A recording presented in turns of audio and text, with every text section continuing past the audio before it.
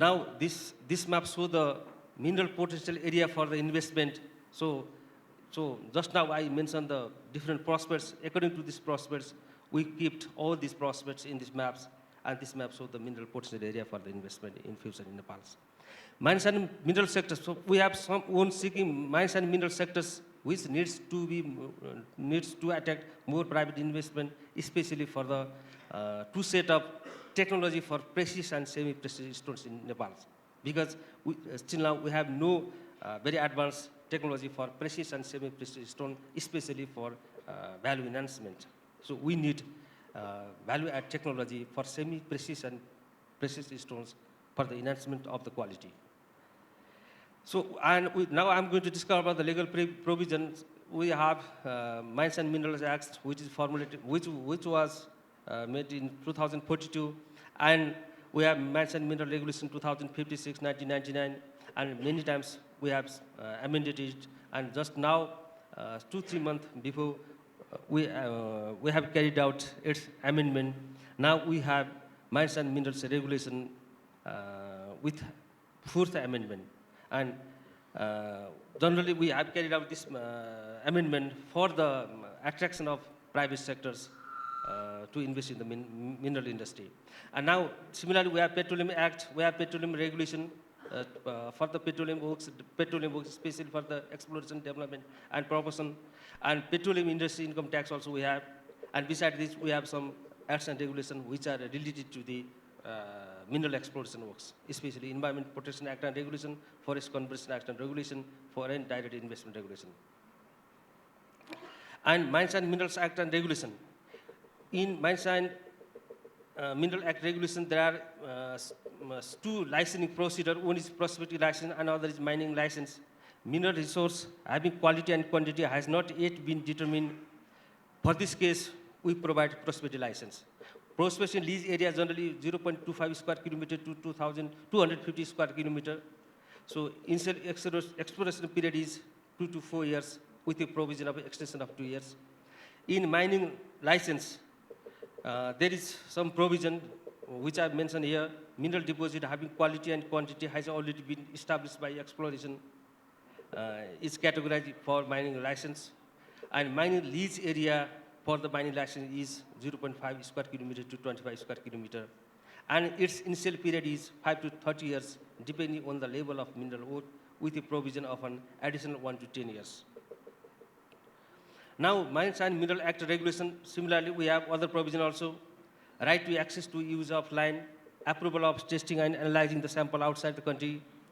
Government of Nepal possesses exclusive right to engage the mineral works, either undertaking mining operation directly or having each operation conducted by any other individual or granting license. Government of Nepal built the potential area for prospecting as well as mining license. Policy reform. Government of Nepal just reformed some policy to invest the private sector to make more friendly and attractively, to make more attractive. Mines and Mineral Regulation just in last year we have carried out an amendment. So in this amendment, there is one provision for mining activities that is within 2 years, every licensed operator should carry out the production. Similarly, Mines and Mineral Regulation, just now we amendment. So in this amendment regulations, there is a special provision for the technical and financial capability. If any investor is technical capable, then it will appear in the bidding process at the final stage. So we have clearly mentioned about the many criteria for technical as well as financial provisions. And for technical, we have mentioned 60 marks and financial for 40 marks. For each item, we especially categorize different headings so that any investor can apply in our bidding process. New prospective license and bidding process will be open from 14 March 2017. Just now, we have already, just yesterday we mentioned one notice for the all interested persons as well as public notice. National Mineral Policy 2016-17 is in the final stage So probably after a few days, it will come on our hand. So National Mineral Policy 2017, I am going to discuss some of the things which we mentioned in the National Mineral Policy. First of all, this is the only one mineral policy in Nepal. In this mineral policy, we mentioned sustainable use of minerals, establishment of National Mineral Development Fund, demarcation of mine zones for the area with a defined mineral potentiality in terms of quality and quantity, allows to hire international experts according to the principle of doctrine of necessity, construction approach road and electrification to all the mines with special priorities to metal mines, subsidize to exploration drilling cost, facilitation to mines and mineral-based industries that employs more than 500 people, special facility in royalty and tax to mines developing in least and underdeveloped regions mentioned by the government of Nepal, no nationalization of mines and minerals-based industry in the country. Government incentive for the private sector engaged in the exploration. High priority for infrastructure development in mines area, providing the forest area for mines, expert national parks, very nominal custom duty for importing mineral technology, and government of Nepal, as well as the department also coordinating with the various organizations and local peoples for the promotion of mining in the country. And subsidize to exploration drilling cost, so we propose in the mineral policy. And similarly, in mineral policy, we propose facilitation to mines and mineral-based industries that implies more than this just now I already mentioned. Special facility to mines developing in least and underdeveloped regions, because to attract many investors in the underdeveloped and least developed country, least developed region, we kept this provision in our mineral policy. Special facility in royalty and tax to mines developing in least and underdeveloped regions, which already I mentioned. Similarly, we have the investment opportunity in petroleum and gas also. So altogether, based on our geological exploration, geochemical, geophysical works, we categorize whole southern parts of country, including Siwalik and plain area, that is Tarai. We have altogether 10 petroleum exploration blocks. So in all these petroleum exploration blocks, we have petroleum source rock, petroleum seals rock, petroleum reservoir rock, and beautiful geological structural trap. So due to the presence of all the things, all these blocks are very valuable for the investment, especially in the petroleum and gas in Nepal in the future. And in petroleum law, we have Nepal Petroleum Act 2040, Petroleum Regulation 2041, and we have one model agreement, Petroleum Sharing Agreement. Now, government of Nepal is going to make own slightly modify some of the things in model agreement so that we can provide some facilities as well as to make more attractive and competitive our petroleum agreement in the near future. And request for the investment. We are going to open the bidding process soon. So please, you can invest in petroleum sector in Nepal in the future. Now conclusion, needs more investment in metallic minerals, because till now we have carried out many works, especially in the non-metals. So we have little experience as well as few technology on metallic minerals. Therefore, we request investor, especially from the award or as well as from the national investor, to invest especially iron, copper, lead, zinc, and polymetals. And needs to establish more and more cement plants and allied industries based in limestone deposit, because already I mentioned that we have very huge as well as very high quality cements, cement-based limestone in the country, distributed all over the country. And we have also opportunity for petroleum as well as natural gas exploration, development and production. And we have very large scope in magnesite, refractory bricks, dolomite, and allied industries and construction materials. And similarly, scope of institution development for manpower, enhancement in mining and metallurgical and geological field, also important for the investment in the future. Thank you very much.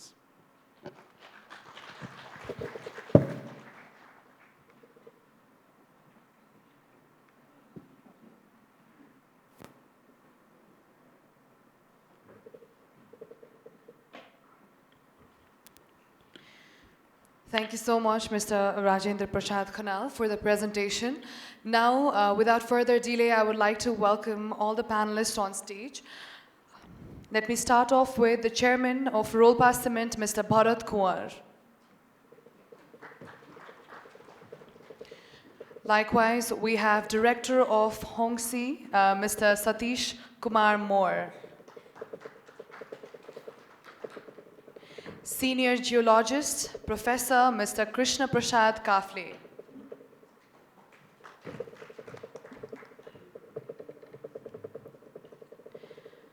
Petroleum expert, Dr. Ramesh Prasad Bashyal.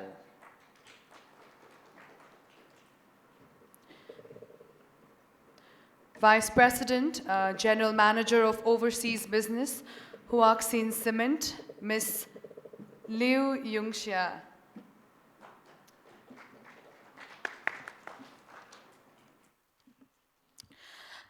Likewise, to chair the session, may I invite Honorable Dr. Chandra Poudel. Dr. Poudel is an economist, as a professor of Premium University of India. Apart from specialization and expertise in economics, Dr. Poudel also holds diploma in law as well as in education as well.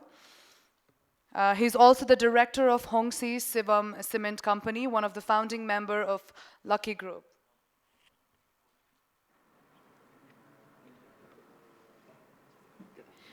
Sorry, so one of the founding member of Lucky Group.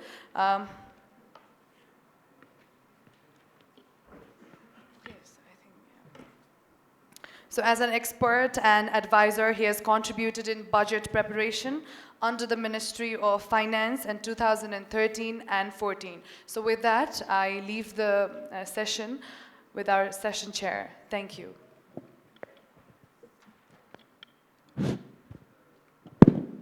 Thank you. Namaskar and good afternoon to you all, and respected panelists and presenters. Actually, these very important sessions already commenced with the presentations done by Rajendra Khanal ji. Thank you, Rajendra ji. Really, you have presented your work, which is really very comprehensive and intellectually sharp. And I think the presentations has really meet our objectives of these sessions, that is to focus on investment opportunities in the sub-sector or mineral mines and mineral sub-sectors in Nepal, and which the presentations has covered so many related aspects, even core functions of the government also. So it will be very much fruitful, hopefully that fruitful for our further discussions. And I think you respected participants, highly academic and highly experienced, that this mine and minerals, that the history of the world development history shows that it has direct bearings on economic growth and development. And that is experienced in some Gulf countries and other also. And as the presentations we saw here, that I think we have emerged a dream that one day Nepal will be very, very rich, not only from hydropower, it will be also from metallic minerals or non-metallic minerals, I think. So it will be better now to discuss about this very important aspects. One day it may be the backbone of our economic aspects of our country. And for these discussions, and which will be very helpful for our policy formulations and practices in this field. First, I would like to introduce our respected panelist, Mr. Bharat Kumar ji. Yes, you are expected for the discussions in mining exploitations. Really, the senior mining engineer working in the field of mines since last 30 years. Currently, he is managing director of Rolpa, and he has worked as general managers of Hetura Cement also. So why not we expect from you regarding the status of this field in Nepal, okay? And secondly, I would like to introduce Mr. Krishna Prasad Kafle who is the Deputy Director of General of the Department of Mines and Geology. He has really a lot of experiences in the field of minerals, especially in the metal minerals and minerals, especially in the metal minerals. Currently, he is the visiting professor of Central Department of Geology to Kirtipur, and we have expected to get a lot of important things in the mineral exploitation sectors. Now, I would like to Mr.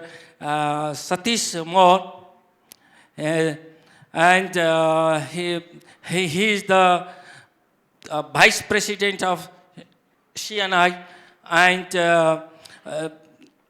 Chairman of Lucky Group, which has business in various sectors in Nepal. And Dr. Ramesh Prasad Bashyal, he was the Deputy Director of Department of Mines and Geology and Project Chief of Petroleum Exploitations. And he has many experiences and lot of publications in petroleum sector also. So we have expected from you regarding the explanations of exploitations of block of petroleum blocks. And Miss Yunxia, whether my pronunciation is correct or not, I am afraid of this. Okay, and you see the Vice President of and General Managers of Overseas Business Huaxin, and we want to know a lot from about cement market. Okay, and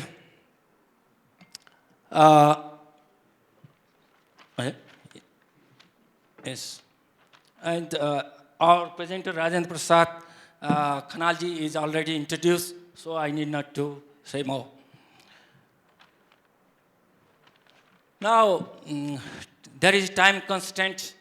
Although we have very, very important personalities, and the discussions will be very much fruitful and instrumental, but however, due to the time constraints, I have to allocate the remaining times as 10 minutes for each panelist and 5 minutes for 3 questions from the floor.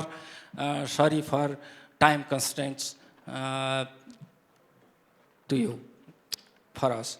So now I'd like to request all the panelists to present their opinions and answers to the queries, questions, and other things. Basically, to be limited to our objectives on the focus of investment opportunities on these subsectors, and the presentations done by, if you have comments on that presentation done by Rajendra Khanal. First, I would like to request Rajendra Prasad Khanal for his presentations. Oh, sorry, already. And yes, first, Bharat, okay. First, to Bharat Kafle, you are very much experienced in mining sector. Would you explain the difficulties in mining sectors that you have faced in Nepal? What will be the most efficient way to make more investment friendly as well as to mitigate the environment issues, and do you have some comments to upgrade the existing policy and regularity framework for mining prospecting practices? Thank you, Mr. Chairman, Dr. Poudel.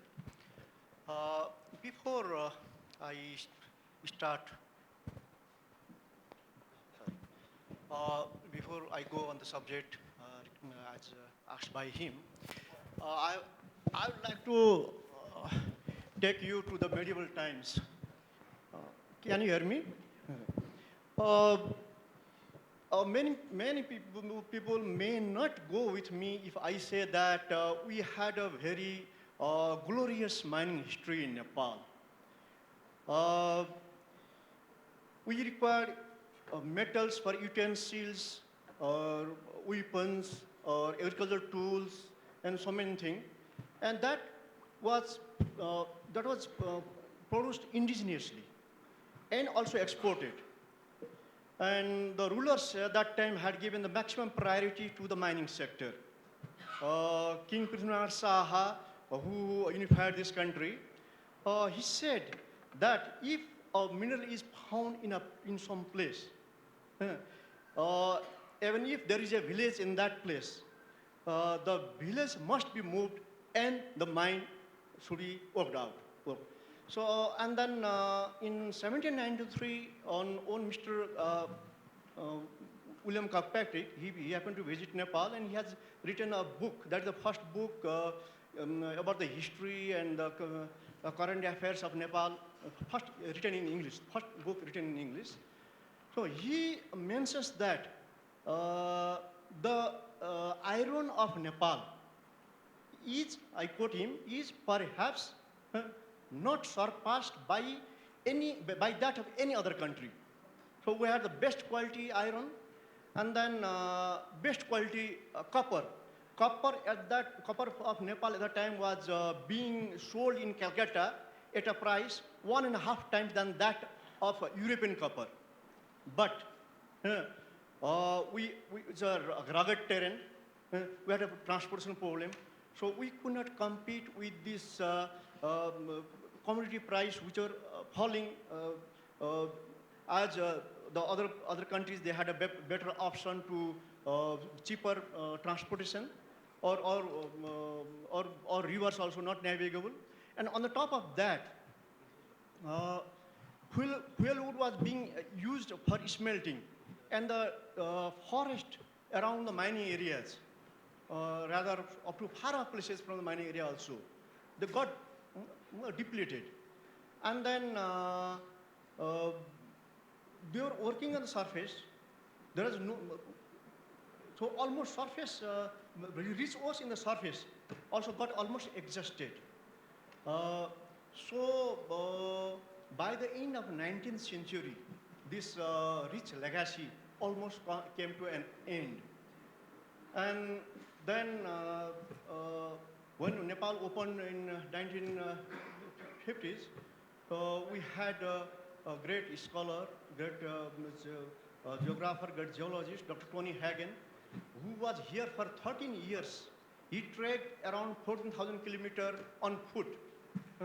And he produced a geological map of Nepal, and then he gave the vision about this now present day we call it ecotourism. And then at that time he had plotted the location for hydropower projects like Khanal and Kulekhani. And above all, he published a book with a lavish illustration on the nature, showing the natural these mountains and people of Nepal, which was a great hit. And he has a major role in exposing the Nepal to outside world. But even despite of his efforts like that, he could not find out a sizable economic mineral deposit. And one of my senior told me that Dr. Tony Hagen had said that he could not find even a sizable cement grade limestone deposit.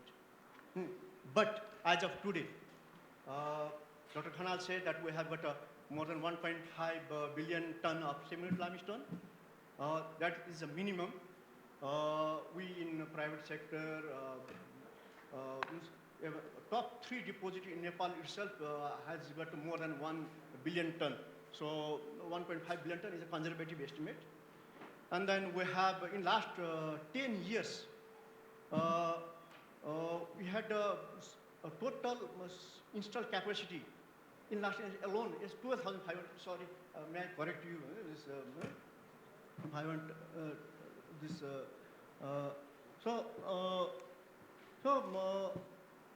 And then, of course, the size of mines are present day, they are not so big. From last year's data, mine producing more than 300,000 ton. There are only 4. And mines producing between 100,000 ton and 300,000 ton is only 8. And that's only in cement, limestone sector. In other sector, now we have virtually no operating mines. And then whatever we have, like kyanite or talc or tourmaline or coal, they are all done in manual scale.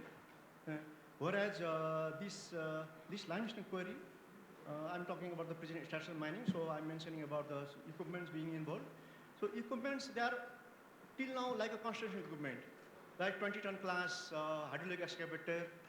The government companies, they use explosives, but private companies, mostly they go with breaker attachment with hydraulic excavator. Some of them have a ripper attachment too. And transportation-wise, the cement plants are located at a distance of more than, in most cases, except for 1 or 2 cases, in most cases more than 30 kilometers, and in some cases more than 60 kilometers. So transportation is a major issue. And government has done a great job by constructing road to the limestone quarries. 17-ton to 31-ton class tippers, trucks are being used. So that much for the present status. As for the future, first we have to note that how come that when Dr. Hagen, not only Dr. Hagen, after Dr. Hagen also, or seniors in Department of Mines and Geology, so many of them. So they put their so much of hard effort.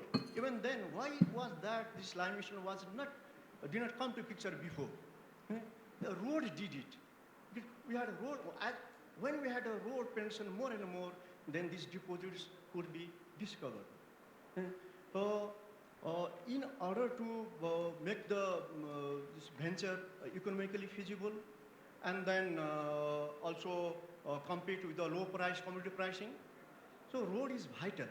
Now,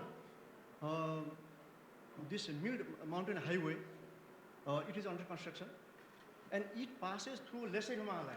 And as Dr. Khanal explained, the possibilities in the Lesser Himalaya area,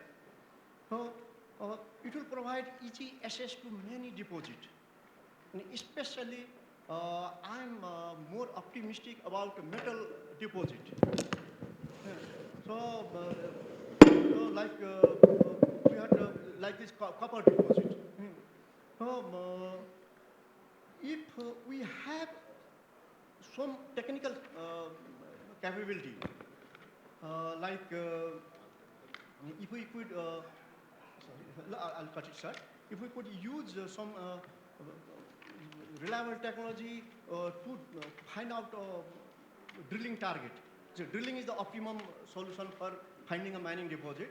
But where to drill? If we could find that, we could have a technology, then this mid-mountain highway will do a great job. And then lastly, study Indian Finance Minister, Mr. Jackie said that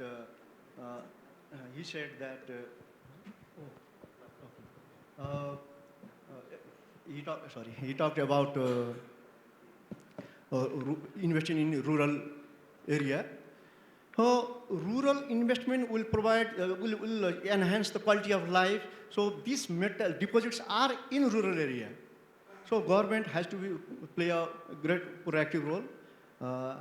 And as things are happening since last few years. They are happening in a positive way.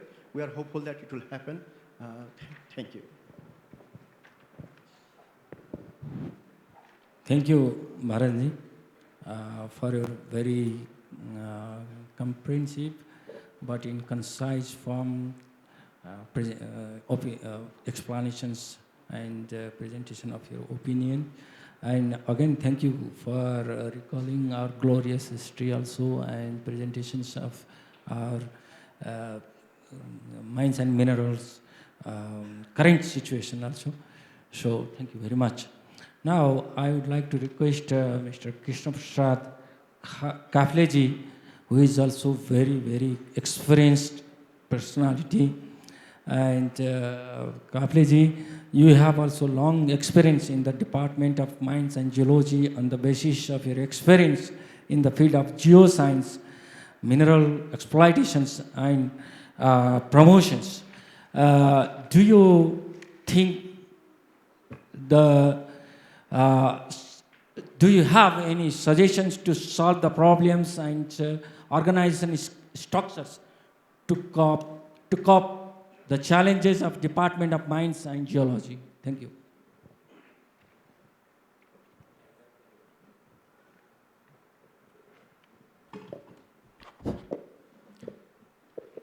Thank you, Honorable Chairman, and namaste for everybody. So, we have seen the presentation by our Director General, Mr. Khanal, and also some highlights from Mr. Kumar. So I don't like to go in the very detail because of time constraint. So directly, I like to highlight some of the very important points. So all of us, we know these minerals are the non-renewable natural resources. And they are the hidden treasures and valuable asset of a country. Sustainable development of mineral resources play a vital role in industrial development, employment generation, minimize dependency on foreign goods and services, shape foreign currency, control trade deficit, and contribute substantially in national GDP. Just Mr. Kumar has mentioned a bit about the history, so I don't like to go detail, but say Nepal has over 200 years long indigenous small-scale mining history, but systematic mining in mineral exploration that has been started only after the establishment of, at the time, Bureau of Mines in 1961 and Nepal Geological Survey in 1967. So, and it was, after that, Geological Survey, it was a peak during 1969, 1980, when this Department of Mines and Geology, as well as United Nations Development Fund, under this UN-funded mineral exploration development project, were working in full swing.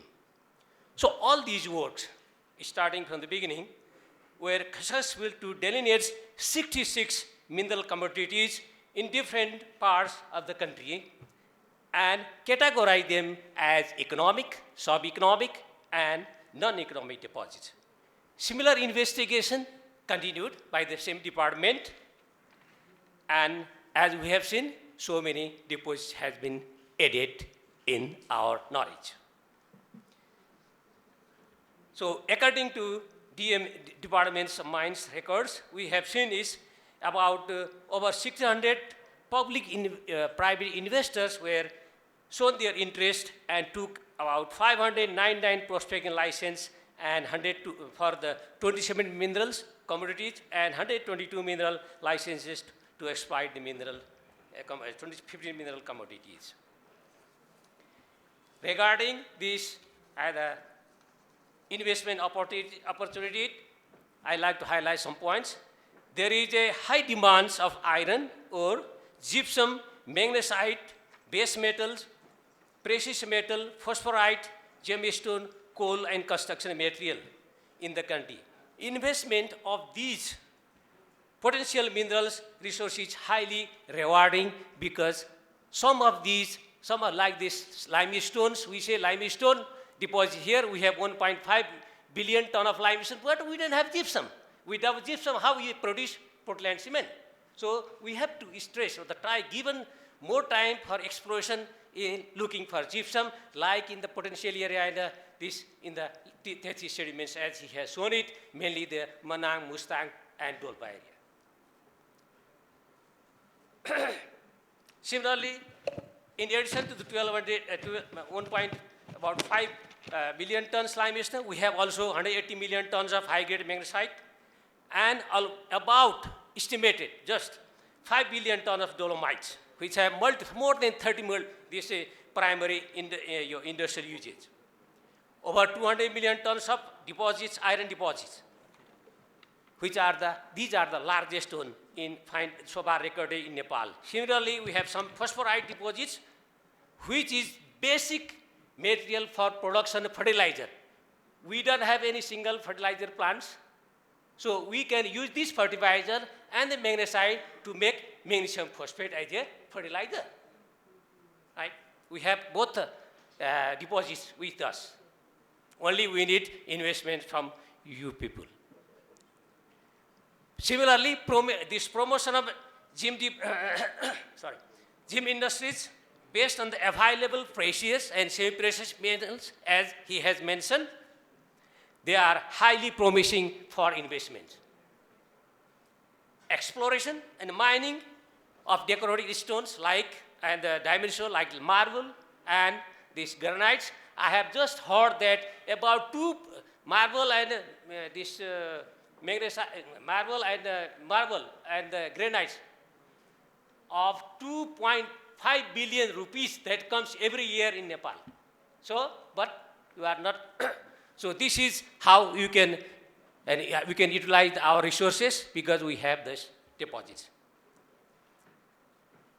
Similarly, this potential target for placer gold exploration, mining in most of our major rivers, and primary gold in Rolpa, Baitari, and some other parts, they are also very promising.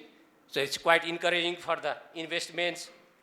As we have heard just now the government of Nepal is giving high priority to explore, evaluate, and sustainable development of industrial minerals, high price metals, base metal, rare earth, and precious and semi-precious stones, and fuel minerals. So, and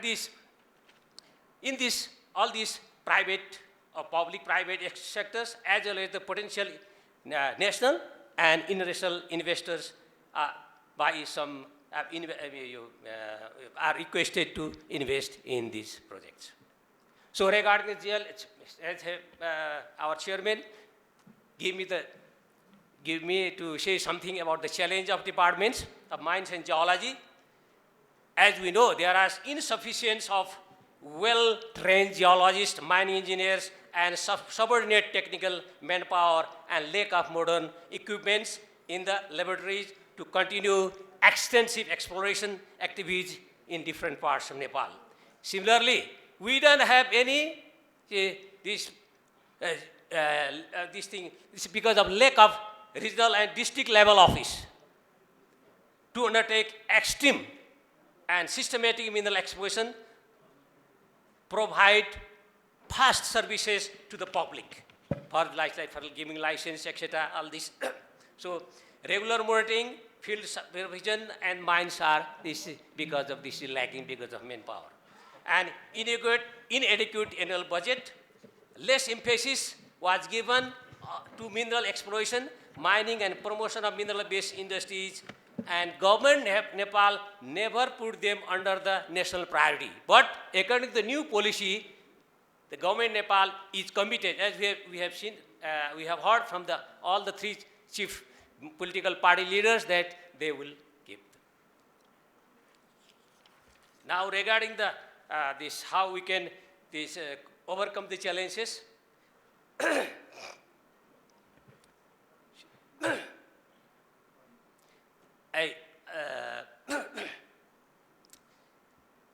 thus I mentioned these difficulties and leakage.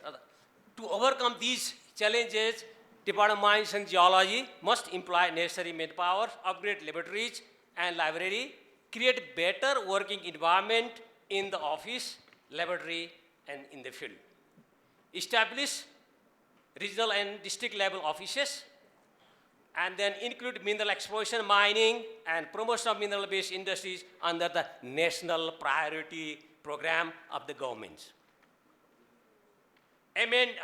We have seen it, this is already in the process, this amendment of some clauses, existing rules and regulations, and diversified its activities to create better environment to attract public and private sectors and international companies to invest in mineral sectors.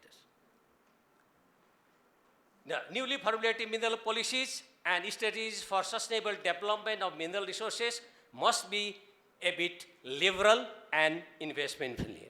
My last point is the government of Nepal is committed to provide all basic infrastructure, tax exemption to import machinery equipments and all necessary tax holidays in certain important minerals for limited period. By this, I am sure more investors will be attracted to invest in this beautiful country, Nepal. Thank you very much.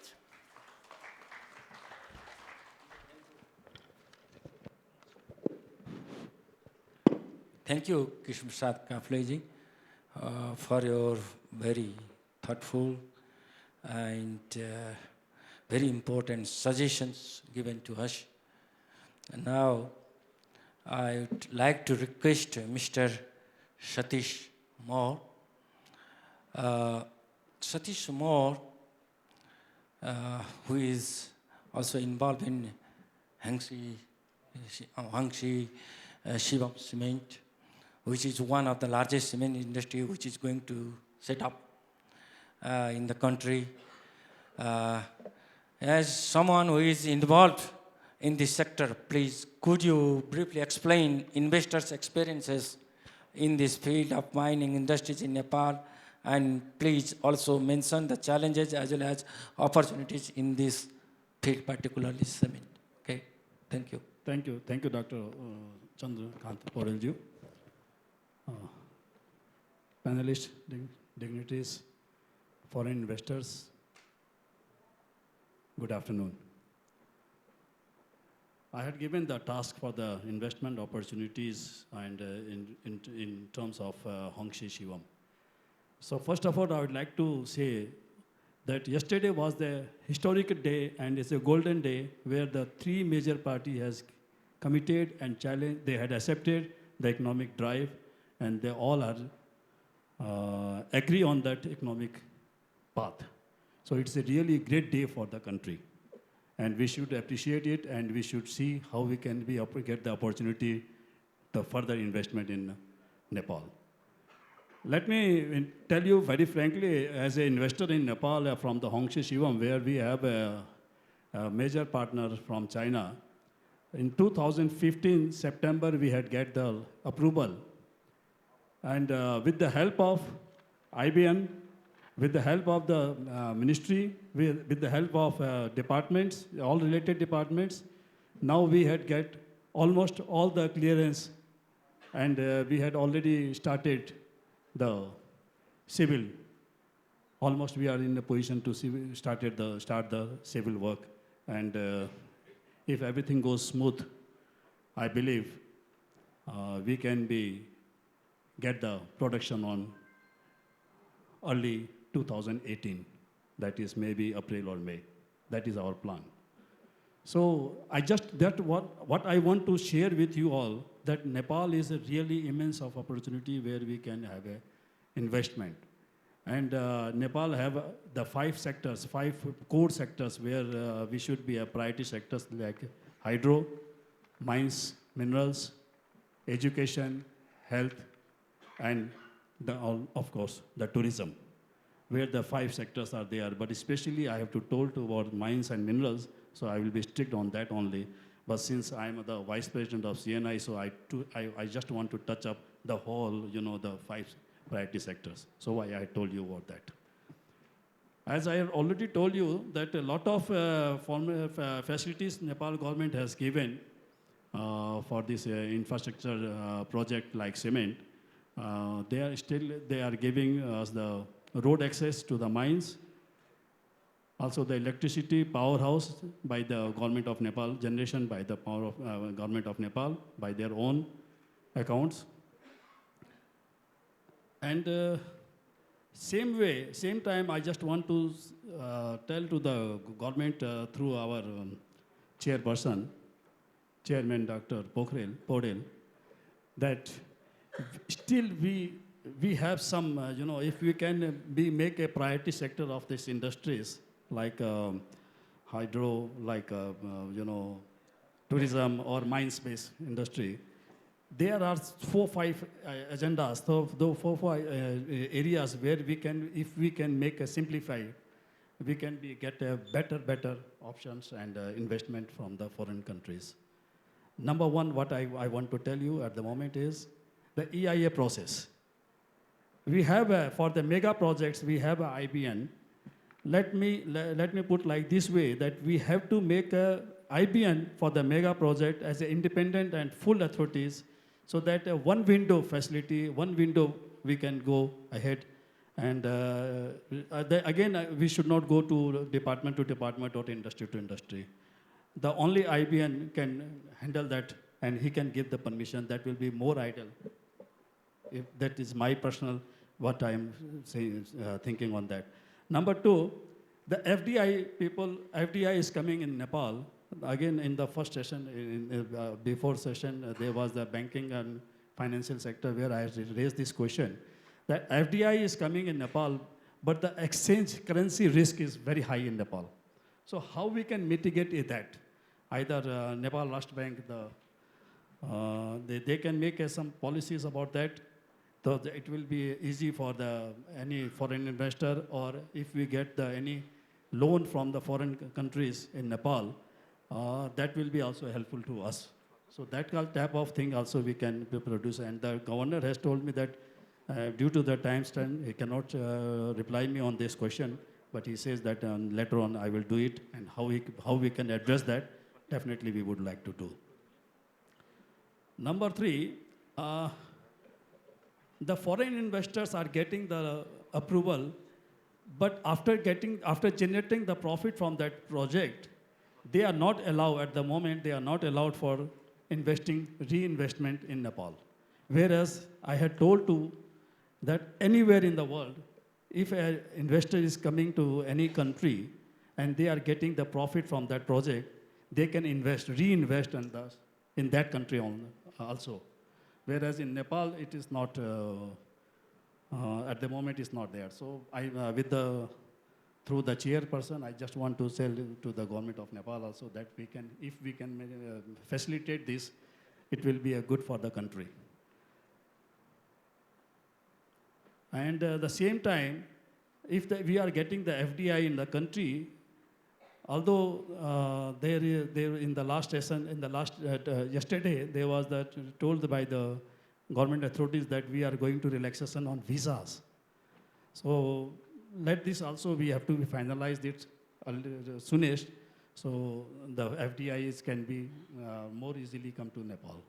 I think these are the main points which we want to share at the moment. And B2B, if you need any more information regarding the FDI or regarding the investment opportunity, as a CNI Vice President, I'm ready to discuss with anyone. Thank you very much. Before timing, I'm concluding this. Thank you.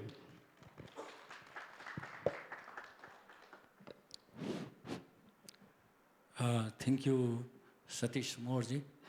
And especially, we have felt you very optimistic and over the experienced persons, and your experiences will be very much valuable in this field for us. And what problems you have raised, particularly in currency aspects, I would like to forward this your concerns and your suggestions convey to our respective and proper level of personality. Okay, thank you so much.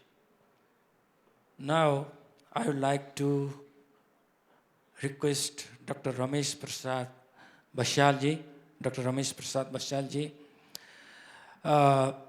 My queries is that especially related to your experiences also as a former DG of Department of Mines and Geology, and also project chief of the Petroleum Explorations Promotion Project, regarding which there are so many debates also. And we have 10 blocks of petroleum blocks, and they are going to, I think, going to open. And in this context, please mention the existing policy and regulations, environment challenges, and the opportunities in petroleum sectors. Okay, thank you.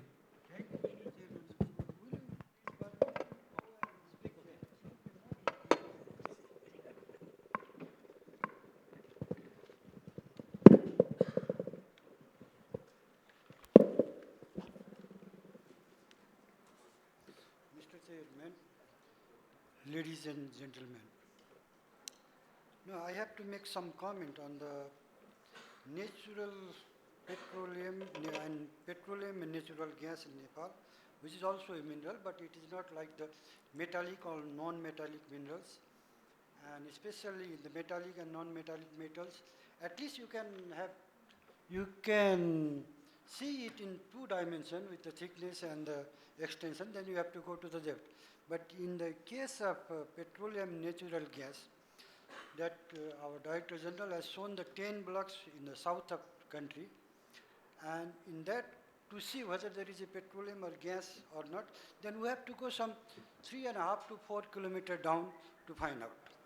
So that is the uniqueness of the petroleum exploration in Nepal. And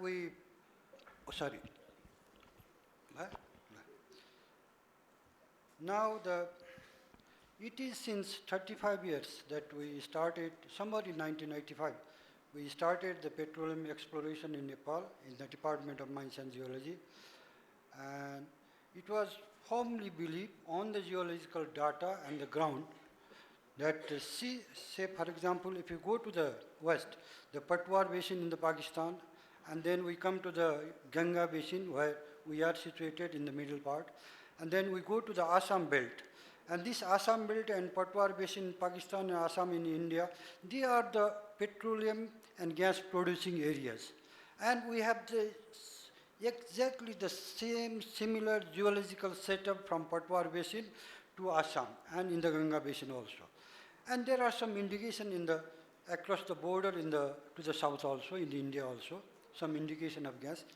And in Nepal itself, we have some indication of crude oil in Padukastan, that is in Dailek, and a lot of gas seepages. And these gas, they are the mature product of the petroleum crude oils. So this is what we have pushed. So this is how we started the petroleum exploration in Nepal. And as I said, there are 10 blocks to the south. And our blocks and our region in the petroleum sector, they call this the frontier area.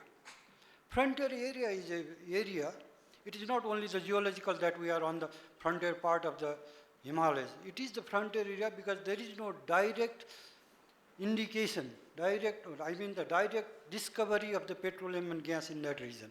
Such frontier areas are many there in the South America, in America, and so many places, which are producing oil and gas producing areas in the world also.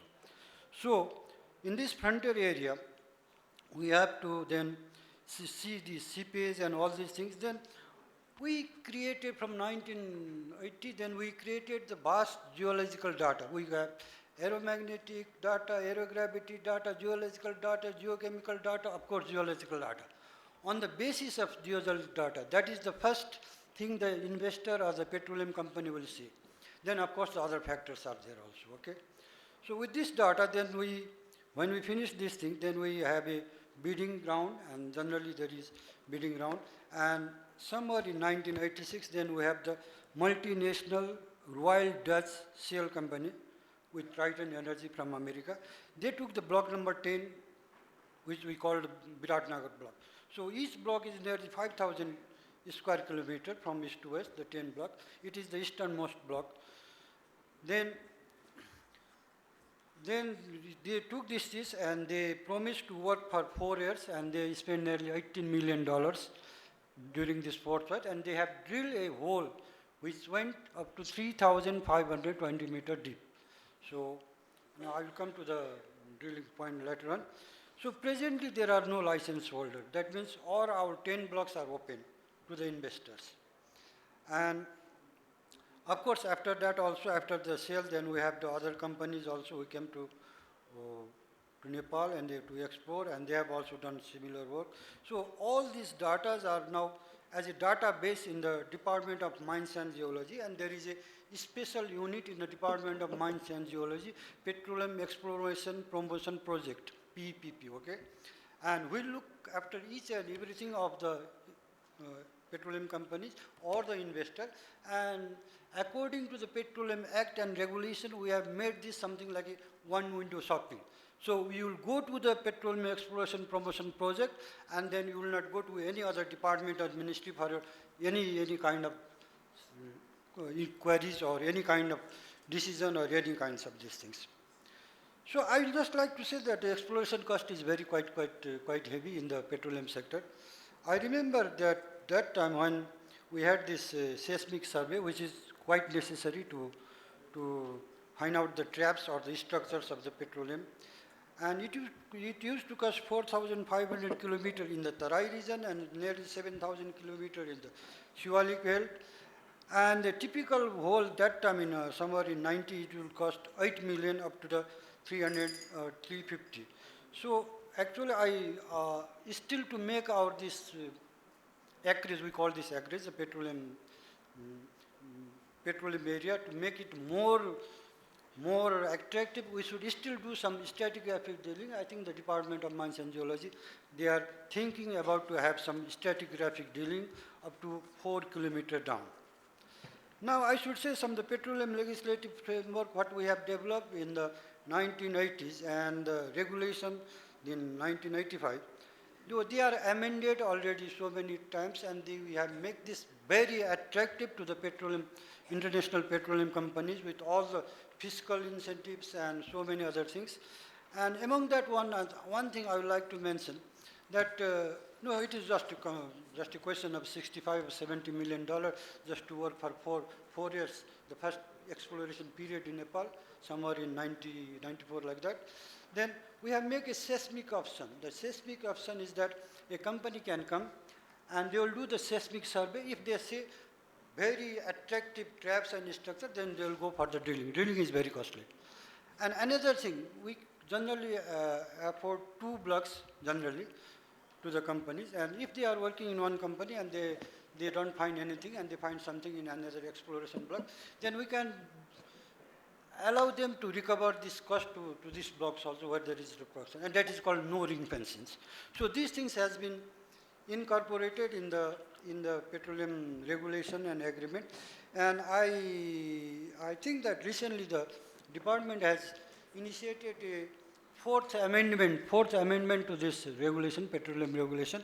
So we will try to make it more transparent and more attractive fiscally and with other aspects, because we have to see who are our competitors in the petroleum sectors. So similarly, we have to change this. This is how we have changed 4 times the petroleum regulation like this.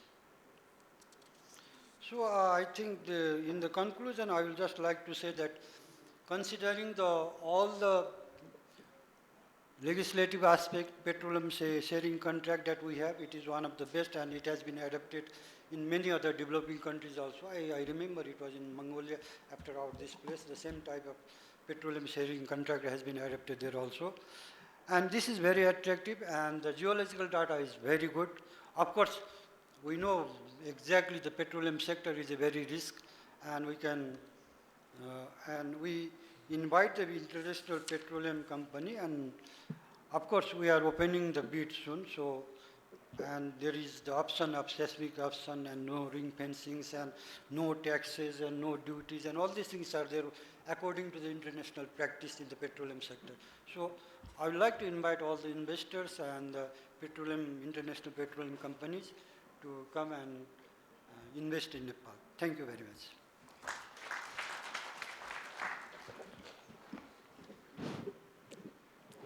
Thank you, Dr. Bashyal for your presentations about existing policy and challenges and opportunities in petroleum sectors. And really, your expression is very much encouraging. And thanks for your odds to the investors in these sectors. Thank you so much. Now, I would like to request our lastly but very important personalities, Ms. Liu Yunxia. Okay, and as a general manager of overseas business, right? Is Huaxin Cement and new investor waiting for invest to set up as a very large cement industry in Nepal. Would you share your international experiences with us? Thank you.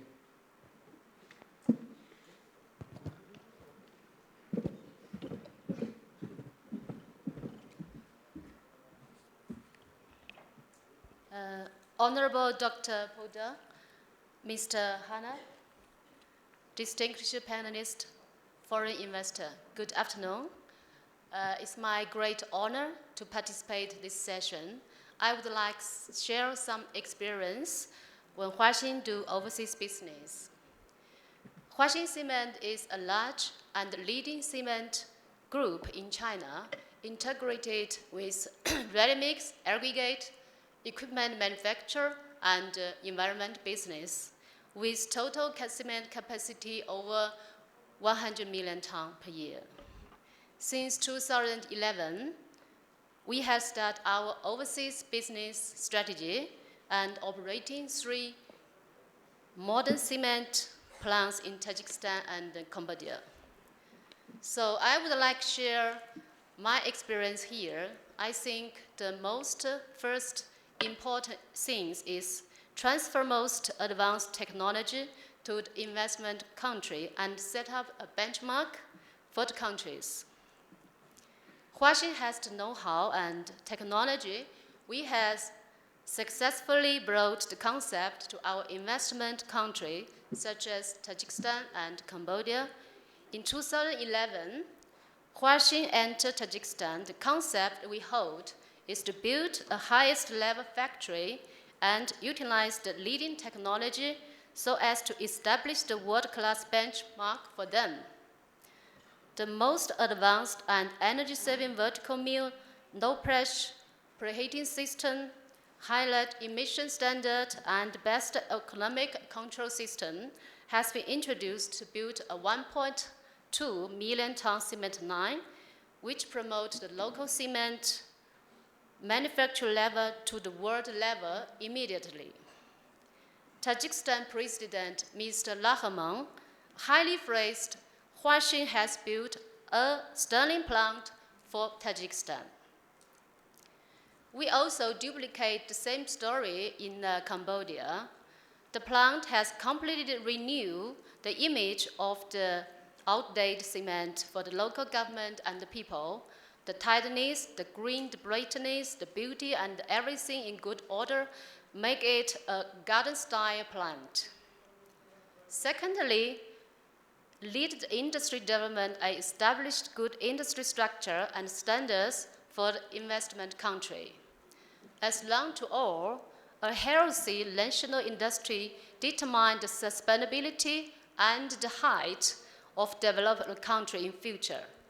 Scientifically developed plan in China has proved this story in the past 3 decades. Huaxin has always been brought the mindset of mutual benefit and the win-win concept.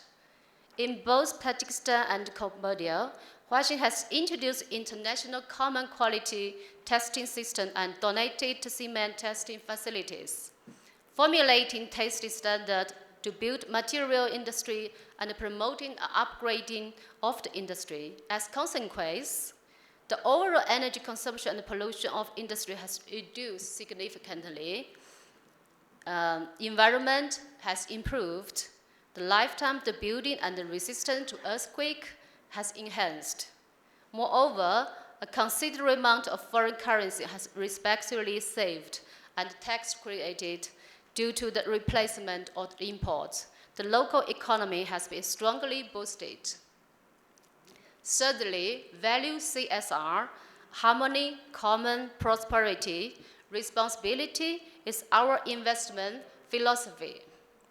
In 2009, Huaxin released CSR report in the first time in China, building material industry, and defined building better life to the public as our vision. Huaxin has always pursued and developed business in combination with society and the people well-being, and also proactively fulfilled the concept to building a plant benefiting local community. After the cement project completed in Tajikistan, Huaxin employed over 600 local people, donated to improve the road condition, electricity, facility, and the water supply network for the neighbor residents. Besides, a large modern school has been built for free. In July 2014, Huaxin has established a charity foundation named I Love Tajik, which spent 1 million somani every year to help local people.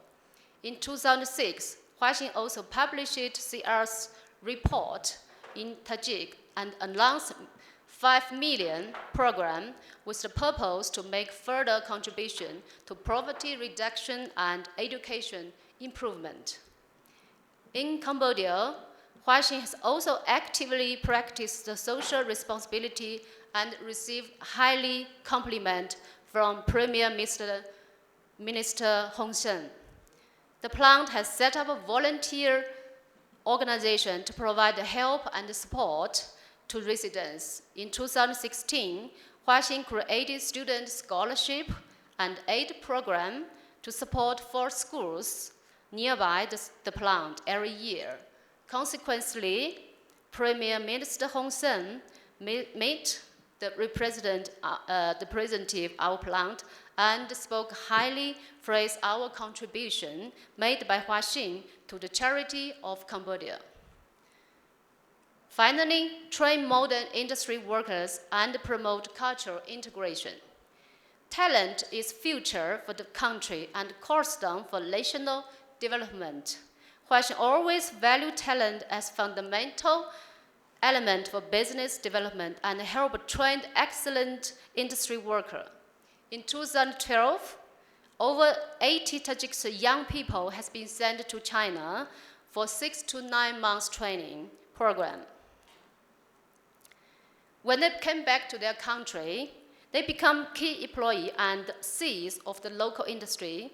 After 3 years daily coaching and exercise from Chinese technicians, they have grown up to skilled worker, and 20 more employee has already promoted to management team and the trainer position. The cultivation local talent has realized multiple effort, and advanced manufacturing technology has taken root and began to sprout.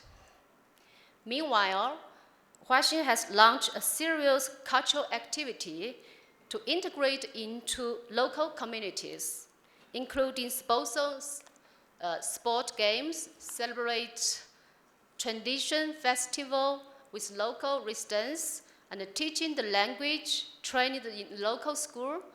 All these activities enable Chinese employees to get along with the local staff and residents in harmony like a family.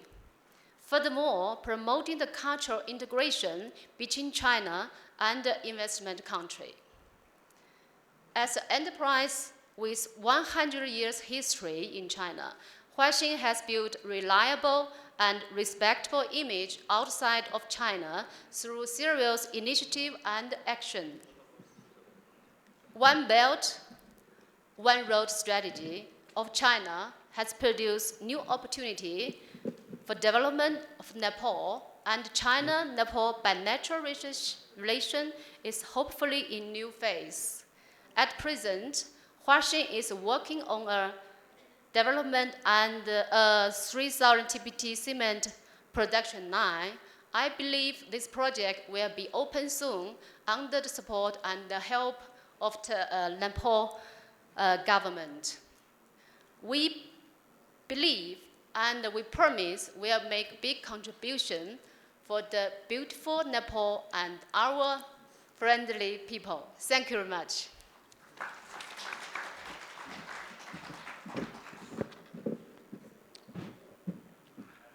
Thank you, Ms. Liu, Yunxia, for your presentations of very worthy experiences.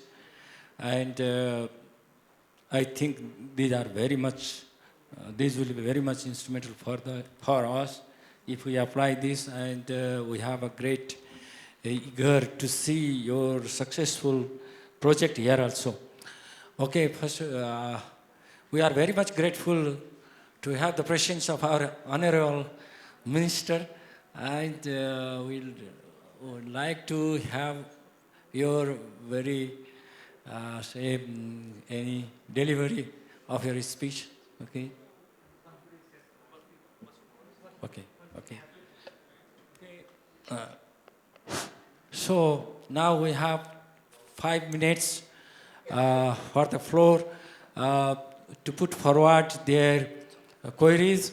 Particularly, we'll select only 3 ones due to our constraint. Okay, now the floor open.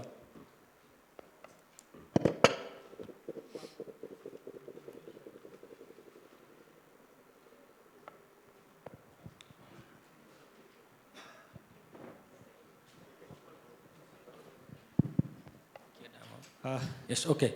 Good afternoon. This is Sambu Pokhrel, the group chairman of All Trade Group. We do own a business television as well. My question is the general manager of Huaxin Cement. In Nepal, these days, the cement manufacturing and new factories are coming, and Nepal is self-sustained in cement as well. And are you planning to export cement from Nepal to other countries like your country, China, or India? Or how do you see the extending your manufacturing capacity? Thank you. Okay, thank you.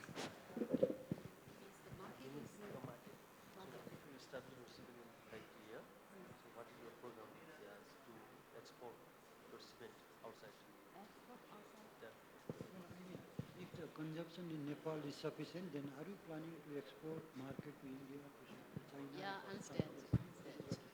Yeah, thank you for your question.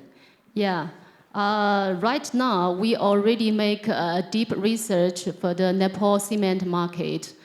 We know we still import clinker and cement from India. So we think we should build a new plant to replace the import. So right now, we will focus on the domestic market, but in future, if the market can supply the local market, we can consider export to the neighbor. But when we export to the neighbors, we have to increase our competitiveness regarding the cost. Yeah. If we have a cost competitive, we think we have the ability to export to the neighbor countries. Thank you. Thank you, Liu, for your very important response. Now, so we will just be attending one question. Yeah. You may proceed. Yes. Good afternoon, distinguished guests and dear delegates. I would like to some queries about national policy of mining sector. One thing is the local government rules and our mining act. How this question goes to Minister of Industry and Department of Geology. How you emerge, how you give the solution. There are like a conflict of royalty. Mining policy tell us little bit royalty for us, but local government also rise the tax. One thing, another, young, energetic youth who are going outside of our country. We have many opportunity in self-employment in your mining sector, like as precious mines. Many much minerals, many of the years they drain on our river. How to collect, how to use, how to employ our youth in our country in this coming mining policy. Thank you. Thank you, Pradeep. So, so as you know that just we formulated one mining policy in Nepal. So to address all these problems which you mentioned just now, we are trying to address these problems because in our mining policy, we consider that mining should be sustainable. Therefore, just you mentioned that if there are so many mines or minerals, we have to use optimum use. Yes, so we have to use sustainable as well as principle of conservation of minerals. We have to use maximum minerals, no waste. Yeah. So this is our main principle we assume for the mineral policy, number one. In number two, just now you have mentioned that there are some constant, we understand, but we are trying to resolve these problems in our mineral policy. After the mineral policy, we will incorporate these things in act and regulation as far as possible. And then, so our government of Nepal, even the department also has given high priority to explore more and more minerals and mines in the country. So when you explore all, when you use all these minerals, certainly employment will be created. So it will be good opportunity for us for the economic as well as other social benefit of the country. Thank you very much. Thank you, Rajendra ji, for your response. Now, last questions. Anybody else?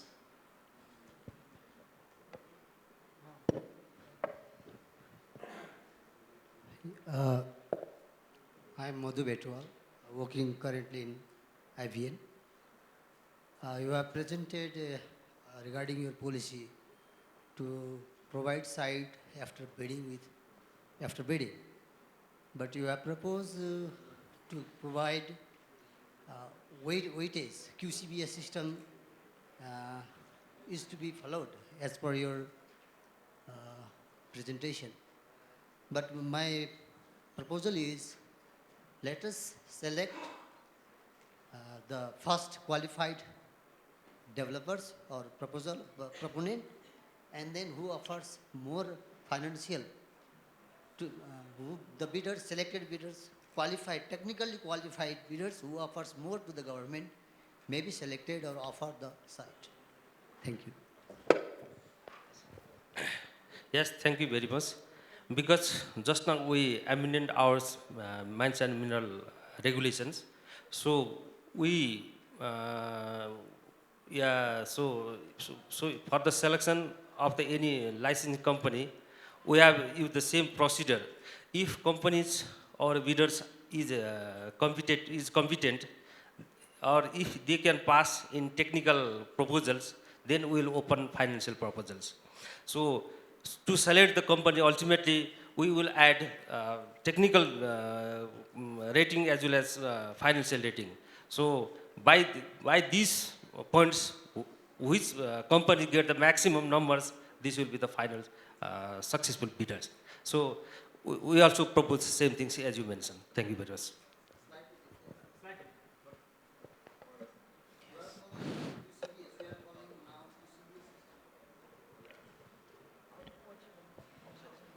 Right now we are following, it seems you are following QCBS system. But my proposal is, let us select the qualified bidder who offers more to the government. So actually, in the financial proposals, so our main point is in financial part. So if companies pass in the technical proposals, we give the maximum number in the financial proposal if the company gets maximum than others. So I think it is little bit clear. Honorable Minister, may I conclude the session? Okay. You all, thank you very much, particularly for putting forward very, very worthy concerns, opinions, whatever queries or questions they are.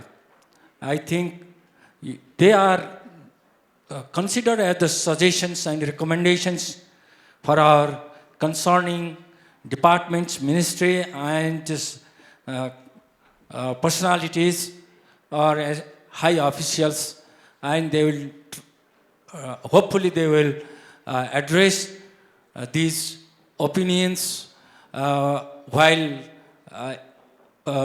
formulating policy and implementing the existing policies.